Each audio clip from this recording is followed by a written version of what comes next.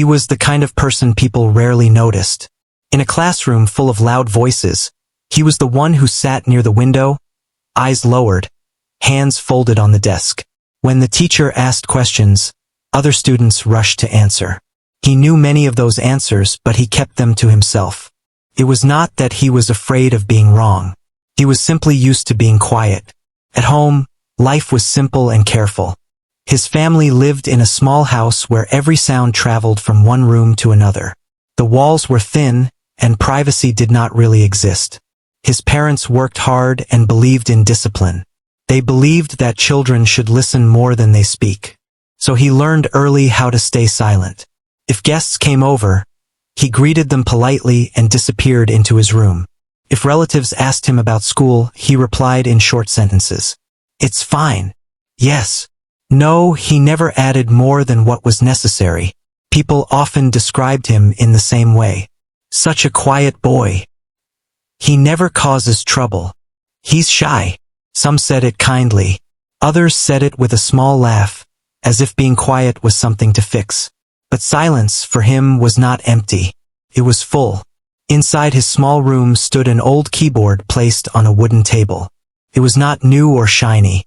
A few keys were slightly faded. One key made a soft clicking sound when pressed. It had been bought secondhand from someone who no longer wanted it. To others, it was just an old instrument. To him, it was everything. The first time he touched it, he did not know what he was doing. He pressed random keys and listened carefully. Some sounds felt soft and warm. Others felt sharp and cold. He began pressing them slowly, trying to understand how each note felt in his chest. At first, he only played when no one was home. He worried that the sound might disturb someone. But one afternoon, when he thought the house was empty, he started playing softly. He did not realize his mother had returned early. She stood quietly near his door and listened. He did not notice her until she spoke. "You play nicely," she said. He froze, his hands stopping midair. He thought he would be told to stop. Instead, she just gave a small smile and walked away. That small moment stayed with him for a long time. He did not have a music teacher. There was no money for lessons. Instead, he watched free videos online. He would sit close to the screen, pause, rewind, and try again. Sometimes he failed many times in a row. His fingers would get tired. He would sigh and lean back in his chair. But then he would try again. Music became the one place where he did not feel small. When he played, he did not feel like the quiet boy in the corner. He felt strong. He felt like he had something to say. The strange thing was that he never told anyone about how much music meant to him. At school, when classmates talked about hobbies, he stayed silent. Some played sports. Some loved drawing. When it was his turn to speak, he shrugged and said, "Nothing much. It was easier that way." Once, during a school assembly, a student performed a song on stage. The hall was filled with claps and cheers. He sat in the audience watching closely. His heart beat fast, not because he wanted attention, but because he imagined how it would feel to sit at that piano under the bright lights. For a second, he imagined himself there. Then he pushed the thought away. People like him did not go on stage. People like him stayed in their seats. As he grew older, the pressure to choose a future became louder. Teachers spoke about careers. Relatives asked what he wanted to become. Engineer? Doctor? Businessman? Each question felt heavy. Music was never mentioned. One evening, while his family discussed plans for his future at the dinner table, he listened quietly. They talked about stable jobs and steady income. They talked about safety. No one asked what made him feel alive. He looked down at his plate and nodded when they looked at him. That night, he did not play the keyboard. He lay on his bed staring at the ceiling. For the first time, he wondered if loving music was foolish. Maybe everyone was right. Maybe it was just a hobby, something to enjoy in private and then forget. But the next evening, his fingers found the keys again. This time, he played differently. Not just notes from a video. He began creating his own simple melody. Started soft and unsure. Then it slowly grew stronger. It was not perfect. A few notes did not fit. But it was his. As the sound filled the room, something inside him settled. He realized that even if no one ever heard him play, the music still mattered. It made him feel understood in a way words never could. At school, things did not always feel easy. Louder students often spoke over him. During group projects, he was given small tasks while others took control. Sometimes, when he tried to share an idea, someone interrupted before he could finish. After a while, he stopped trying. One afternoon, a classmate joked, "You're so quiet. Do you even talk?" The others laughed. It was not meant to be cruel, but it stung. He smiled weakly and looked away. That day, when he returned home, he did not greet anyone. He went straight to his room and sat at the keyboard. His hands trembled slightly as he began to play. The melody that came out was different from his usual soft tunes. Carried frustration, sadness, and something else. Determination. Each note felt like a sentence he never spoke. He played until his breathing slowed and his thoughts cleared. By the time he finished, the hurt had softened. Music was becoming more than a hobby. It was becoming his voice. Over time, he grew better. His fingers moved faster. His ears became sharper. He could hear a song once and slowly figure it out on the keys. Sometimes, late at night, when the house was asleep, he played so softly that it felt like a secret between him and the dark. There were moments when he imagined someone discovering him. Not in a dramatic way, just someone standing at his door, listening, and truly seeing him for the first time. But morning always came, and with it, reality. To the world, he was still the quiet one. At a family gathering one weekend, relatives filled the house with noise and laughter. Someone noticed the keyboard in his room and asked, "Do you actually play this?" He hesitated before answering. "A little." "A little?" The relative laughed. "Play something then." Suddenly, the room felt smaller. Several faces turned toward him. He shook his head. "It's nothing special." "See? He's too shy," someone said. The conversation moved on quickly, but his heart stayed restless. Later that night, after everyone had left, he sat in front of the keyboard again. He thought about that moment. Why had he said no? Why did he always step back? He placed his hands on the keys and played the melody he had been working on for weeks. This time, he did not hold back. He let it rise and fall naturally. The sound filled the empty house, echoing softly off the walls. For the first time, he imagined not shrinking. He imagined what it would feel like to let the music be heard. The idea scared him, but it also excited him. He did not know it yet, but this quiet practice, these late nights, these hidden melodies, were shaping something bigger. Every time someone overlooked him, he learned patience. Every time he chose silence, he listened more closely, to the world and to himself. And deep inside, beneath all the quiet, something was building. He was not weak. He was not invisible. He was preparing. The world may have seen a silent young man sitting by the window, but inside him lived songs that had never been played out loud. And one day, whether anyone expected it or not, those songs would refuse to stay silent. As the years moved forward, his secret grew bigger inside him. Music was no longer just something he did when he felt sad or alone. It became part of his daily routine, like breathing. After school, while others met friends or scrolled through their phones for hours, he would hurry home, finish his homework quickly, and close his bedroom door. The small keyboard waited for him like a loyal friend. He had started setting quiet goals for himself. Nothing grand. Nothing he told anyone about. Just small promises in his own mind. Learn one new song this week. Improve hand speed. Play without looking at the keys. Record and listen back. At first, listening to his own recordings felt uncomfortable. He noticed every mistake. Every pause that was too long. Every note that sounded weaker than it should. But instead of giving up, he listened carefully. He treated every mistake like a teacher. He began waking up earlier than usual. The house was silent at that hour. The world felt calm and untouched. He would sit at the keyboard and play softly, making sure the sound did not travel far. The early morning light would fall gently through the window, and for those few minutes, he felt completely at peace.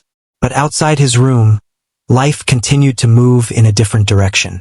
At school, conversations about the future became more serious.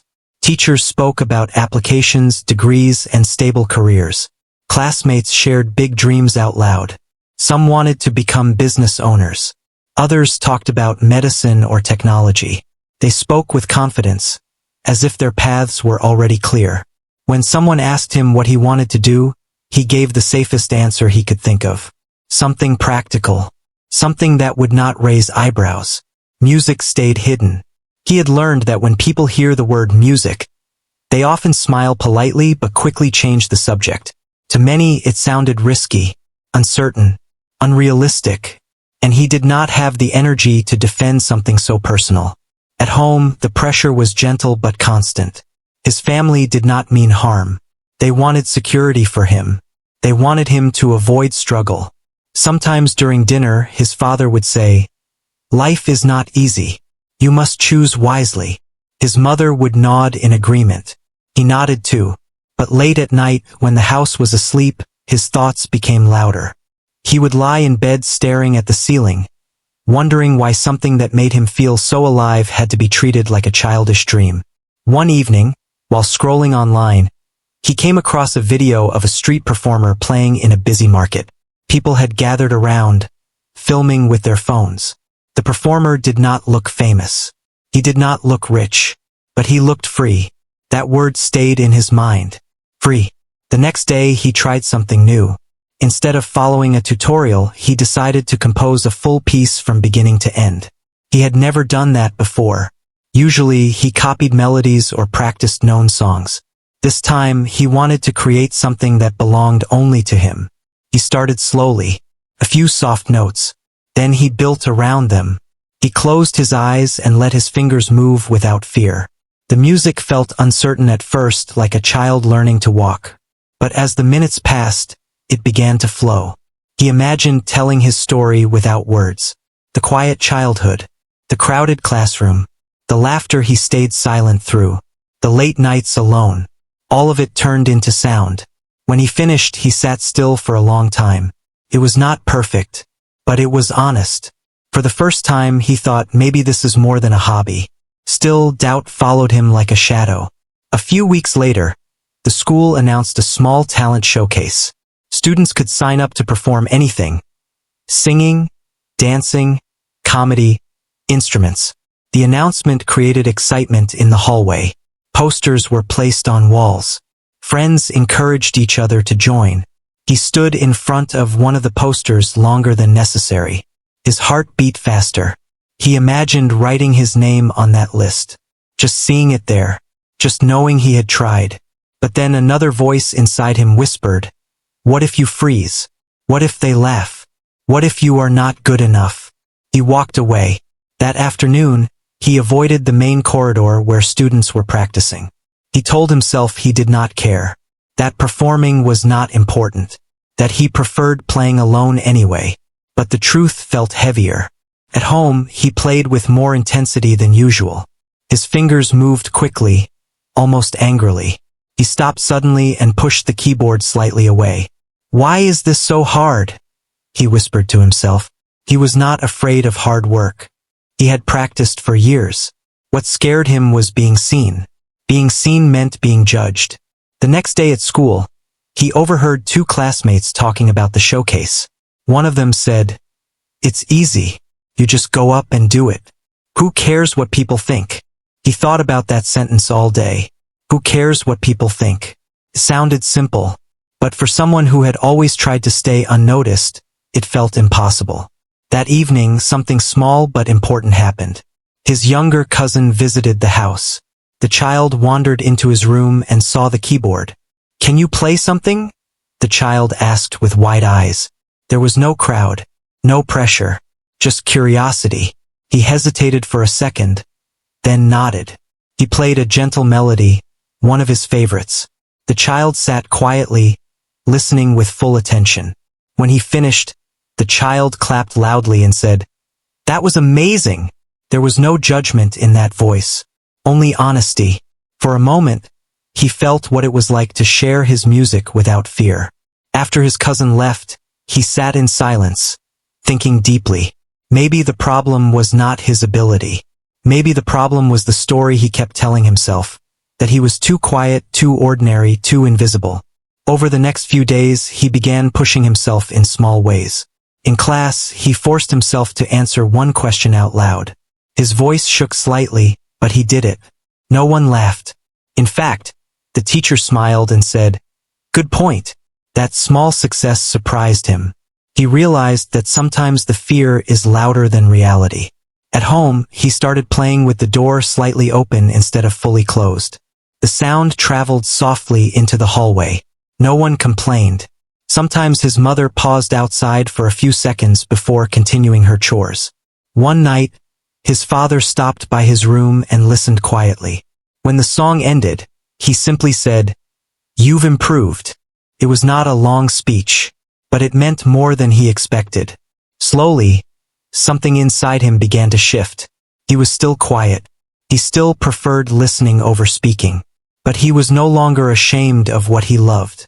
He began researching small local events online. Open mic nights, community gatherings. Nothing huge. Just spaces where ordinary people could perform. He did not register for any of them yet. But he looked.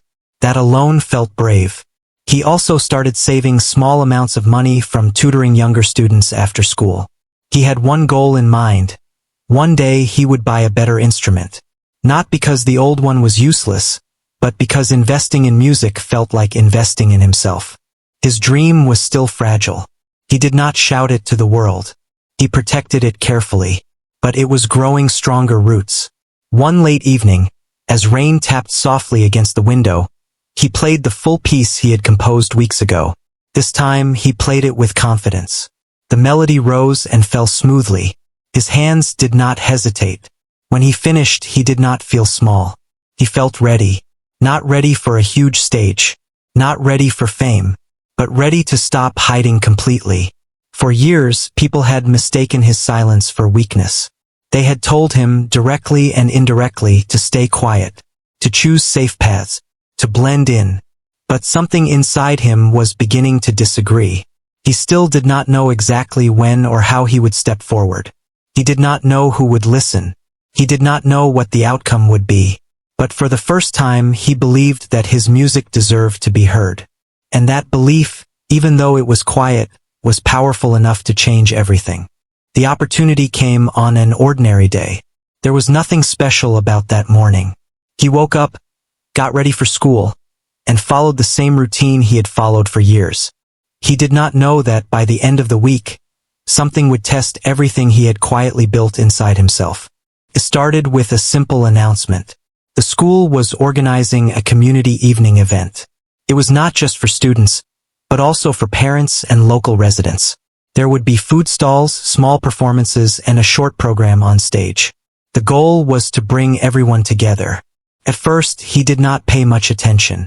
Events like this usually meant noise, crowded hallways, and people competing for attention. He preferred staying out of such things. But then something unexpected happened. One of the teachers who supervised extracurricular activities entered his classroom later that day. She looked slightly stressed. "We have a small problem," she said. "Our scheduled piano performer won't be able to attend the event. We need someone who can step in." The class went quiet for a moment. A few students exchanged looks. No one immediately volunteered. Then, from the back of the room, someone casually said, "He plays piano." For a second, he thought he had imagined it. But then several heads turned toward him. His heart dropped. The teacher looked surprised. "You play?" He swallowed. His mouth felt dry. "A little," he replied softly. "A little?" Someone repeated with a small laugh. "He's always in the music room during breaks." He felt heat rise to his face. He had not realized anyone noticed. The teacher studied him carefully. "Would you be willing to perform at the event?" The room seemed to shrink. The walls felt closer. Every sound became louder in his ears. He imagined the stage, the lights, the crowd. Before he could answer, another voice spoke up. "Are you sure? This event is important. A lot of people will be there." It was not said in a cruel way, but the meaning was clear. "Are you good enough?" Someone else added, "He barely talks. How is he going to perform in front of everyone?" Soft laughter followed. He wanted to disappear. The teacher raised her hand to quiet the class. "Let him answer," she said gently. All eyes were on him. His mind raced. Part of him wanted to say no. It would be easier. Safe. He could return to his quiet corner, to his closed bedroom door, to his private melodies. But another part of him, the part that had been growing stronger, whispered, "This is the moment." Still, fear was louder. "I'm not sure," he said honestly. "I've never played in front of a crowd." The teacher nodded. "You don't have to decide now. Think about it. Let me know by tomorrow."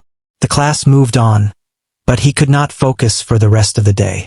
Every sentence people had ever said about him echoed in his mind. Too quiet, too shy, not confident enough. That evening, when he reached home, he went straight to his room. He sat in front of his keyboard but did not touch it right away. He just stared at the keys. Performing at the event would not be like playing for his cousin or practicing alone. This would be real. People from school, parents, neighbors, people who already had an image of him. He placed his fingers on the keys and began playing slowly. The melody felt different tonight, carried tension, uncertainty, but also something deeper, hope. Halfway through the piece he stopped. "What if they're right?" he whispered to himself. What if he was only good inside his room? What if the confidence he felt alone disappeared under stage lights? He leaned back in his chair and closed his eyes. For years he had dreamed quietly. He had imagined being heard. Now that a chance had appeared, he felt trapped between fear and desire. Later that night, during dinner, he almost mentioned it. The words formed in his mind. "There's a school event. They asked me to perform." But he stayed silent. After dinner, his mother knocked gently on his door. "You seem distracted," she said. He hesitated, then spoke. "There's a school event. They need someone to play piano. They asked me." She looked surprised. "That's good. I don't know if I should do it," he admitted. She sat down on the edge of his bed. "Why not? What if I mess up?" She smiled softly. "Everyone messes up sometimes. That's not the worst thing." He looked down at his hands. "People think I can't do it." She was quiet for a moment. "Do you think you can?"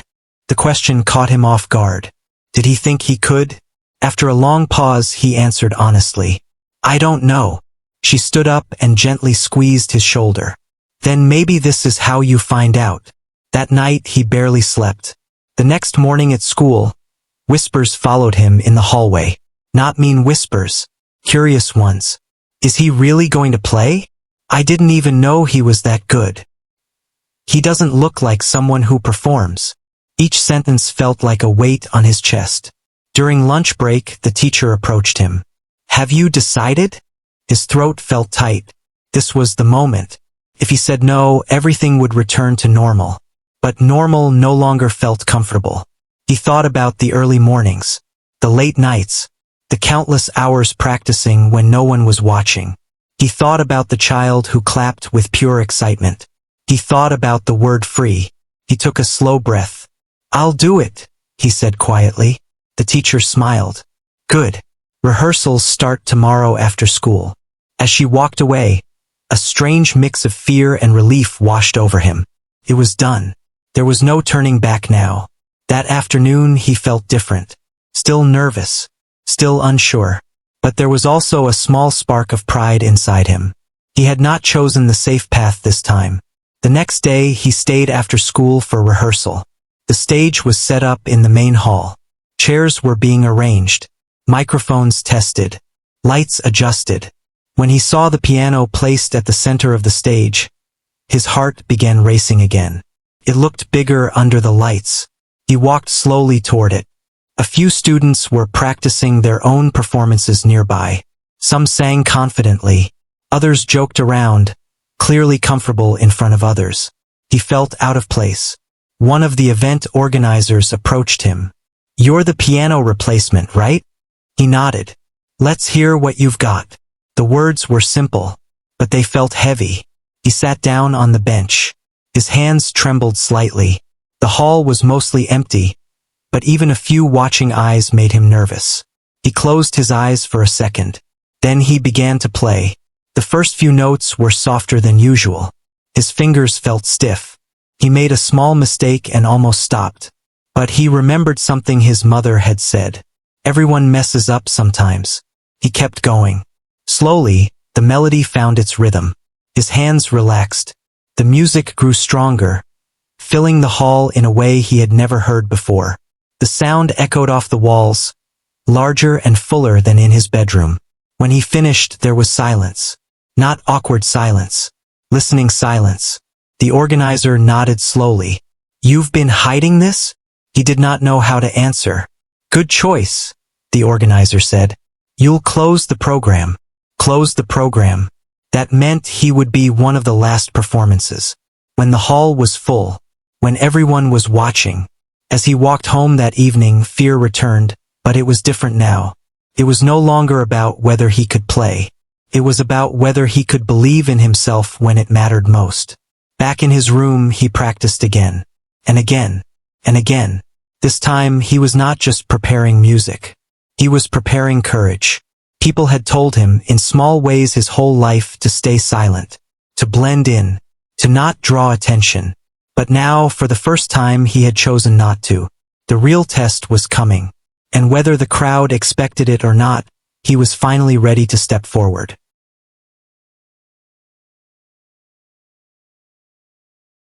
The day of the event arrived faster than he expected. All week, he had practiced every spare moment he could find. Before school, after school, late at night when the house was quiet.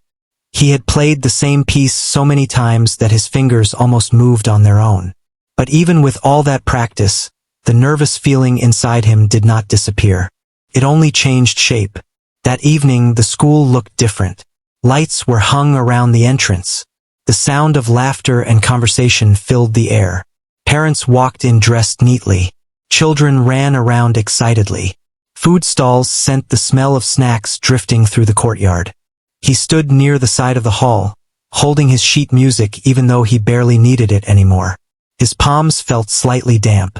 His heart was beating faster than usual, not wildly, but steadily, like it was reminding him that something important was about to happen. Other performers were gathered backstage. Some were joking loudly to hide their own nerves. Others were pacing back and forth. He stayed a little apart, watching quietly. From behind the curtain, he could see the crowd slowly filling the hall.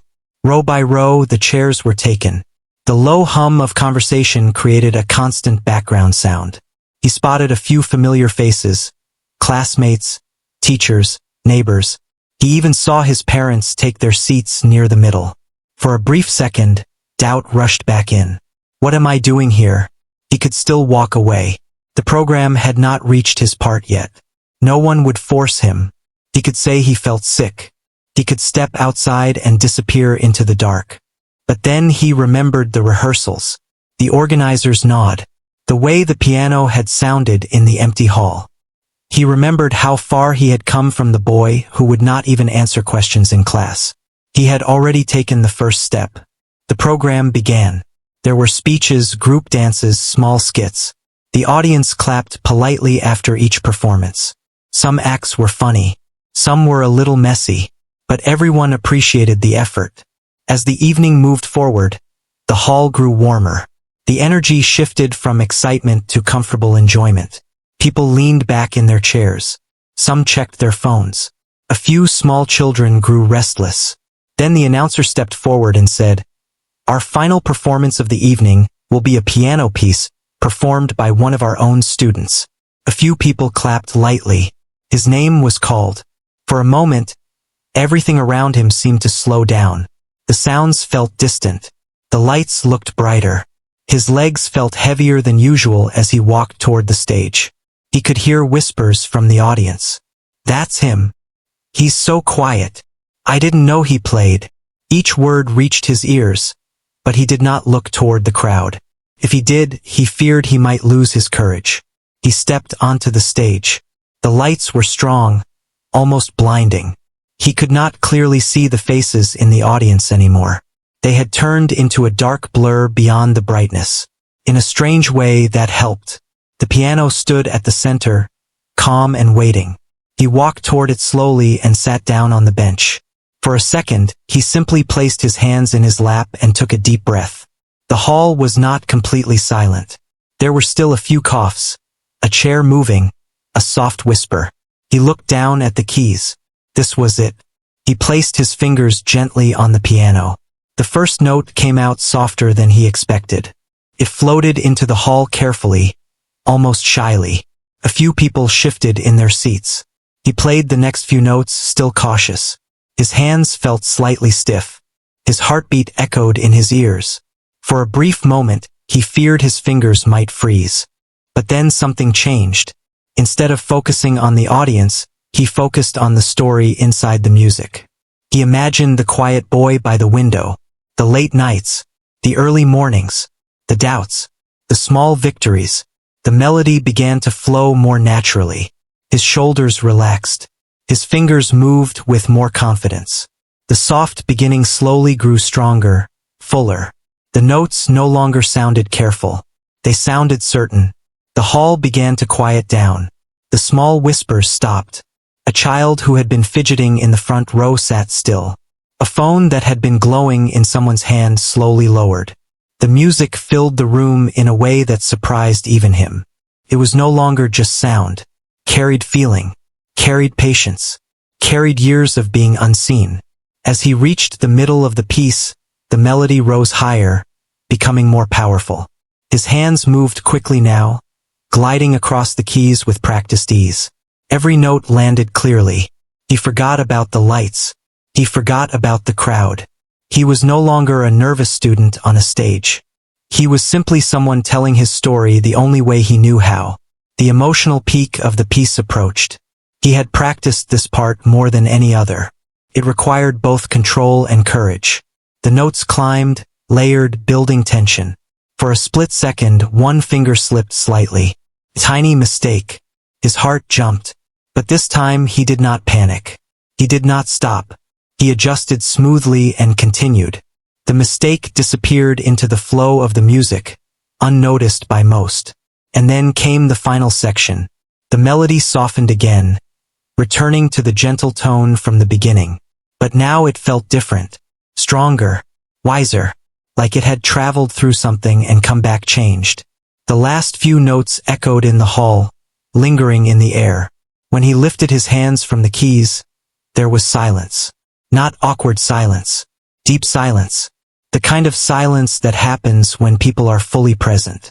For a moment, he wondered if something had gone wrong. If maybe they had not liked it. Then, slowly, someone began to clap. Another joined. Then another. Within seconds, the entire hall was filled with applause. It was not polite clapping. It was loud. Genuine. Surprised.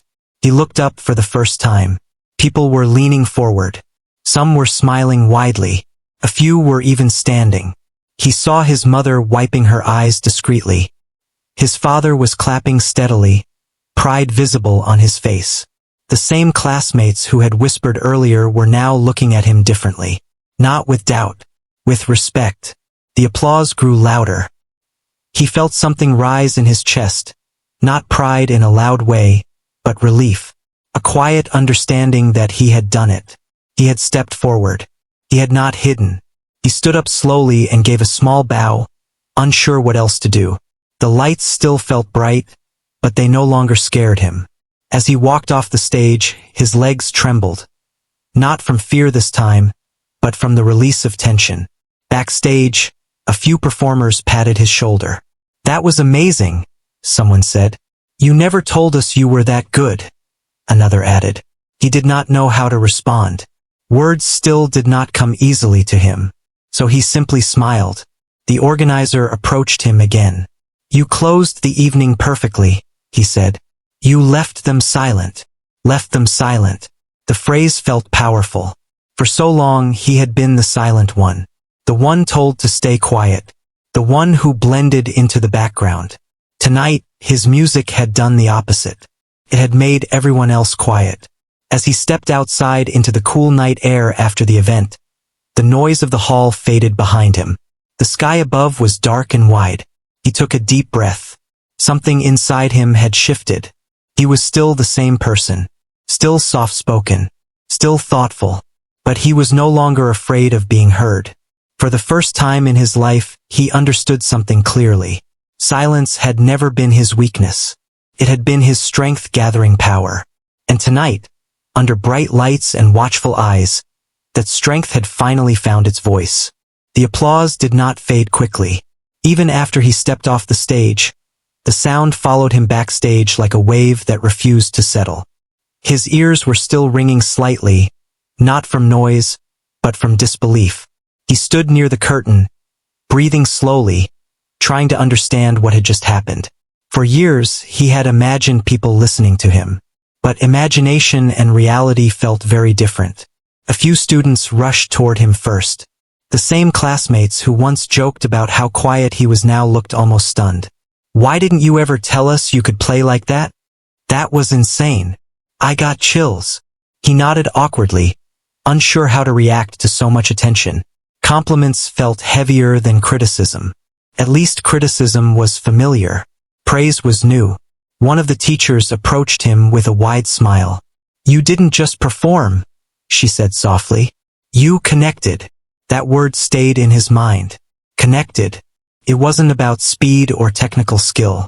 It wasn't about showing off. It was about making people feel something. And tonight, somehow, he had done that. When he finally stepped back into the hall, many people were still standing, talking about the performance. Some parents were discussing it near the exits. A few students replayed short clips they had recorded on their phones. He overheard someone say, "I didn't expect that at all." Another voice replied, "Me neither. He was always so quiet." He realized something in that moment. People had built an image of him in their minds. A small, silent version. Tonight, that image had cracked. He spotted his parents walking toward him. His mother reached him first. She didn't say anything at first. She just hugged him tightly. He felt her shoulders shake slightly, and he knew she was emotional. His father placed a firm hand on his back. "You surprised us," he said. There was pride in his voice, but also something else. Respect. Those words meant more to him than the applause. On the way home, the car ride felt different from any other. Usually, the drive after school events was quiet. Tonight, there was conversation. His mother replayed parts of the performance out loud. "The middle section," she said. "That part was powerful." His father nodded. "You handled that difficult part smoothly." He listened, still processing everything. He felt lighter but also thoughtful. This wasn't just about one evening. Something bigger had shifted. When they reached home, he went straight to his room. The old keyboard sat in its usual place, unchanged. The same slightly faded keys. The same small clicking sound from one note. He ran his fingers lightly across it, not to practice, but to feel grounded. This instrument had heard every doubt, every mistake, every quiet promise. It had been there long before anyone else clapped. He sat on the edge of his bed and allowed himself to feel it fully. He had done something he once believed was impossible. The next morning at school felt almost unreal. As he walked through the hallway, he noticed glances. Not mocking ones, curious ones, respectful ones. A few students who had never spoken to him before nodded as he passed. Someone called out his name. "Great job last night." He smiled and said thank you.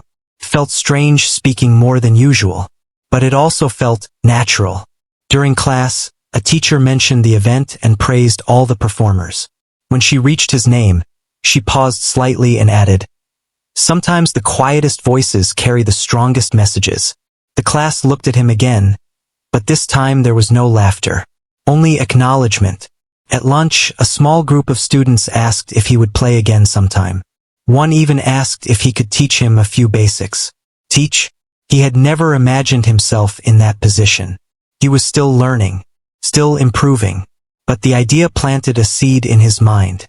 Later that week, something unexpected happened. The school principal called him to the office. His heart skipped for a moment.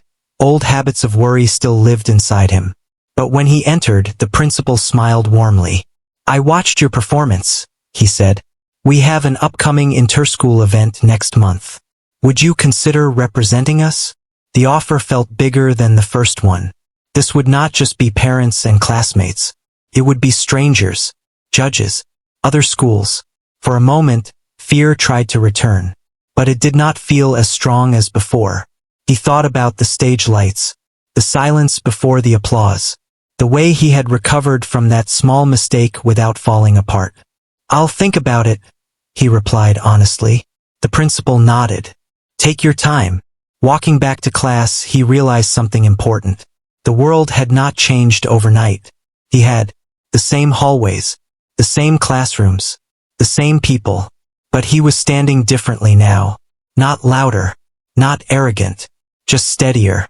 That evening at home, he practiced again. But the energy was different. Before, he practiced to prove something to himself. Now, he practiced because he wanted to grow. He began refining the piece he had performed. He adjusted certain sections, smoothing transitions, strengthening emotional shifts. He listened more carefully than ever before. A few days later, he saw a short clip of his performance online. Someone had posted it with a simple caption, "Didn't expect this." The video had more views than he imagined. Reading the comments made his hands tremble slightly. Goosebumps. Who is this? Incredible control. Of course, there were also neutral comments. A few people said it was good but not extraordinary. And that was okay. For the first time, criticism did not feel like a threat. It felt like part of the journey. One afternoon, the same classmate who once joked about him being too quiet approached him privately. "I didn't mean to underestimate you," he said. "I guess I just didn't know." He looked at him for a moment and then smiled slightly. "It's okay." And he meant it. Because the truth was, he had underestimated himself too. The biggest change was not in how others saw him. It was in how he saw himself. He no longer introduced himself as someone who plays a little. He did not hide the word musician behind shy laughter. When someone asked about his interests, he answered honestly. "I play piano." Simple. Clear. He still wasn't the loudest person in the room. He still preferred listening before speaking. But his silence no longer came from fear. Came from choice. Weeks earlier, people had told him in small ways to stay silent. To be realistic. To avoid embarrassment. To not aim too high. But when he finally let his music speak, the crowd had been the one left silent. And that silence had been powerful. One evening, as he practiced again under the soft glow of his bedroom light, he paused mid-melody and smiled. He realized something. The applause was beautiful. The compliments were encouraging. But the real victory had happened the moment he chose to sit at that piano despite his fear.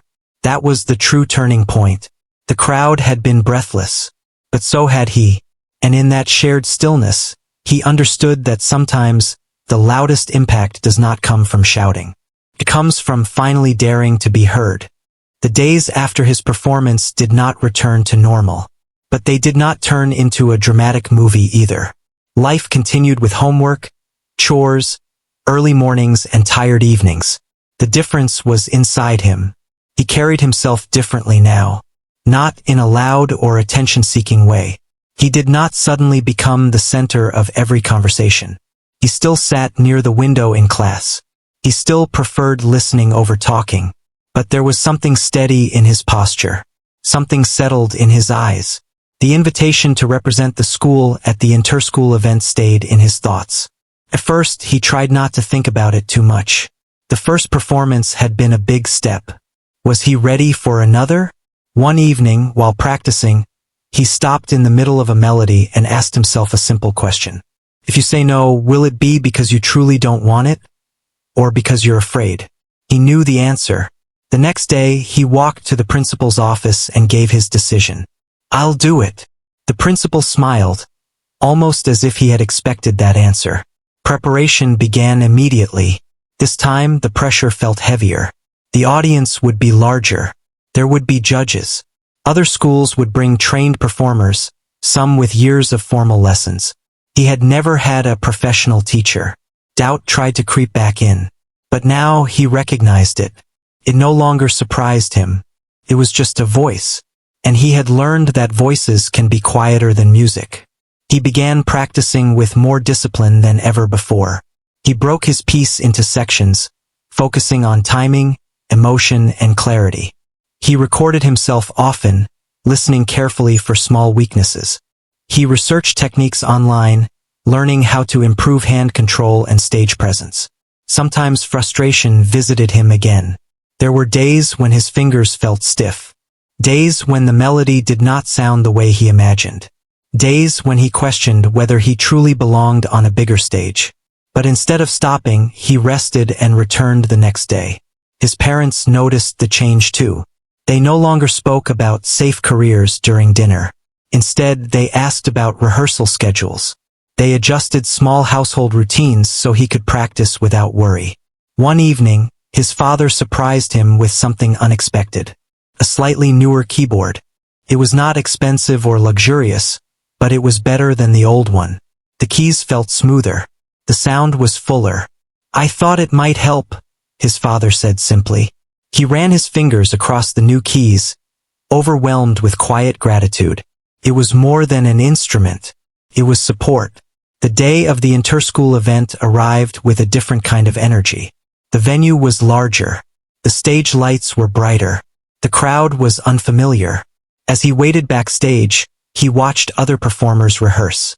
Some played confidently, their movements polished and professional. For a moment, insecurity returned like an old habit. They look more experienced. Then he reminded himself of something important. Experience is not always louder. Sometimes it is deeper. When his name was announced, he walked onto the stage with steady steps. The hall was bigger than the one at his school. The lights felt warmer on his skin. The audience was a sea of faces he did not recognize. This time his fear was smaller. Not gone, just smaller. He sat down and placed his hands on the keys. Before playing the first note, he allowed himself one breath. He did not rush. The first notes flowed out smoothly, clear, controlled. He felt present, aware of the stage but not trapped by it. As the melody grew, he allowed himself to feel it fully. Not to impress, not to compete, just to share. The hall slowly became quiet again. And in that quiet, he felt something powerful. He was no longer trying to prove that the quiet boy could be loud. He was simply being himself. When he reached the emotional peak of the piece, his fingers moved confidently. The notes rose and fell with intention. He felt connected not only to the instrument but to the space around him. He finished with a soft ending, letting the last note linger before lifting his hands. Silence, then applause. Not as explosive as the first event. Not as surprising, but steady, respectful, strong. He bowed slightly and walked off stage with calm steps. His heart was beating fast, but not wildly. He had done it again. Later that evening, when the results were announced, his name was called for a special recognition award. Not first place, not a grand trophy, but recognition for emotional expression and stage presence. The words meant more than any medal could. Emotional expression, stage presence. These were not things you could fake. They came from something real. On the way home, he held the certificate carefully in his hands. He did not speak much. He did not need to. He understood something now that he hadn't before. The world will often tell quiet people to stay silent. It will confuse softness with weakness. It will assume that confidence must be loud. But he had learned a different truth. Strength can be quiet. Confidence can be gentle. And impact does not require shouting. Back at school the following week, he noticed that younger students looked at him differently. A few asked how they could start learning an instrument. One shy student admitted, "I want to perform someday, but I'm scared." He smiled softly. "I was scared too," he said. That sentence felt powerful. Not because he had overcome fear completely, but because he had moved forward despite it. Over time, he began helping a few younger students after school. Simple lessons, basic notes, encouragement more than instruction. He understood what it felt like to doubt yourself, to think you are too quiet to matter, He wanted them to know that wasn't true. Months passed. He continued playing at small events, community gatherings, school functions. Nothing flashy, nothing dramatic. But each time he stepped onto the stage with a little more ease. He never forgot the boy who once avoided answering questions in class. He carried that version of himself with care. Not with embarrassment, but with understanding. That silence had shaped him. It had taught him how to listen deeply, how to observe, how to feel. Without those quiet years, his music would not have carried the same weight. One evening, sitting alone in his room after practice, he thought about the words that had once followed him. Stay silent. Too shy. Not ready. He realized those words had never truly defined him. They had only delayed him. And sometimes delay is not denial. Sometimes it is preparation. He looked at his hands resting on the keys and smiled slightly. He was still quiet. But now, when he chose silence, it was peaceful, not fearful. And when he chose to play, the world listened. The crowd that once underestimated him had been left breathless. But the greater victory was something quieter than applause. It was the moment he understood that his voice, spoken or played, had always mattered.